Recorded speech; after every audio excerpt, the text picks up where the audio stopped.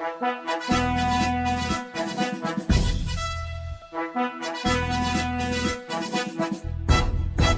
TV ప్రేక్షకులకి స్వాగతం.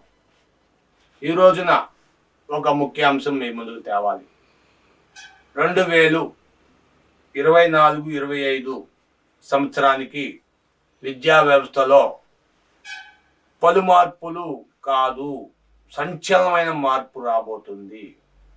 Intermediate exam first year exam రాస్తే వారికి 2 సార్లు రెడ్ వచ్చే మొదలు అన్నట్టు కాకుండా ఫస్ట్ ఒక బుక్లో ఒక సబ్జెక్ట్లో 30 పాఠాలు ఉంటే 1 నుండి 15 పాఠాల వరకు నవంబర్ డిసెంబర్లో ఎగ్జామినేషన్ పెడతారు. మళ్ళా మిగతా 16 నుండి 30 పాఠాలు మార్చి ఏప్రిల్లో ఎగ్జామినేషన్ ఉంటుంది. ఈ 2 కూడా కౌంట్ తీసుకొని ఓవరాల్గా తీసుకుంటారు.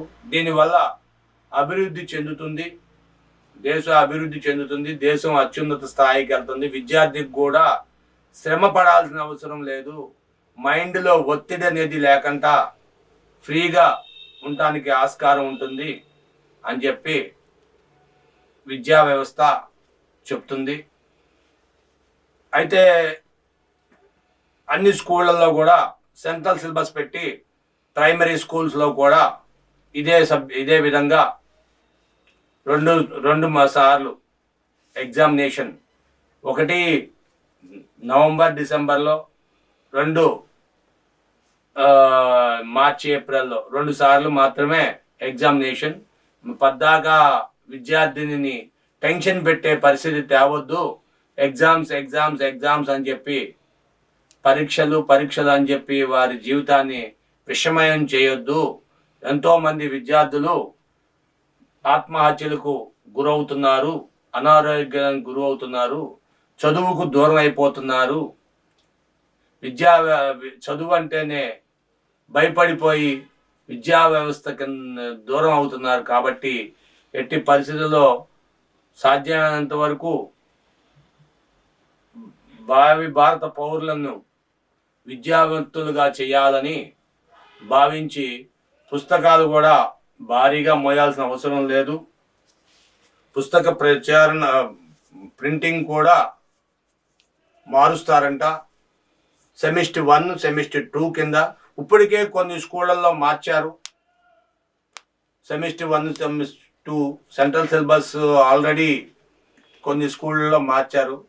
కానీ ఇప్పుడు విద్యా వ్యవస్థ అప్పటికే స్టార్ట్ అయింది, కానీ విద్యా వ్యవస్థ అఫీషియల్గా అనౌన్స్ చేయలేదు.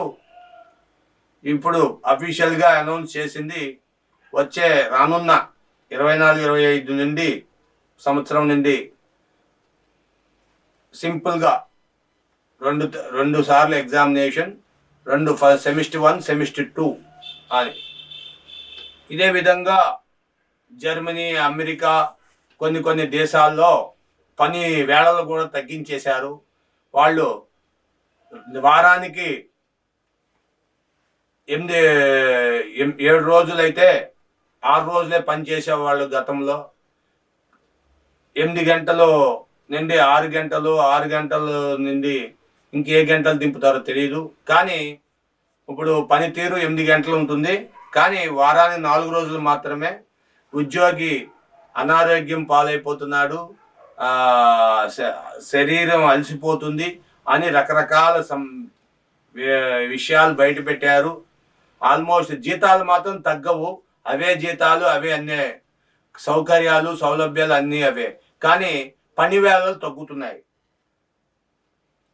ఇది అంతా చూస్తుంటే దేశంలోనే బద్ధకస్తుల్ని తయారు చేస్తున్నారేమో, తిరిగే యంత్రాలకు చెయ్యడ్డం పెట్టి ఆపుతున్నట్టుగా అనిపిస్తుందో, లేదే ఈ పరిస్థితులకి, ఈ మరబొమ్మలకి, ఈ మట్టి బొమ్మలకి, ఈ మిషనరీ బొమ్మలకి ఎక్కువసేపు పని చేస్తే పని చేయవు. కాబట్టి limited time, limited work, limited అని చెప్పి పెట్టే కొత్తగా దేశం యావత్తు అన్ని దేశాలు కూడా ఇదే అంచనాకు వచ్చినాయి.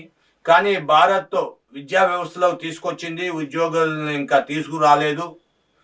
ఇప్పటికే పబ్లిక్ చాలా ఇబ్బంది పడుతున్నారు, పనులు సరైన టైంలో అవ్వట్లేదని. కానీ ఇంకా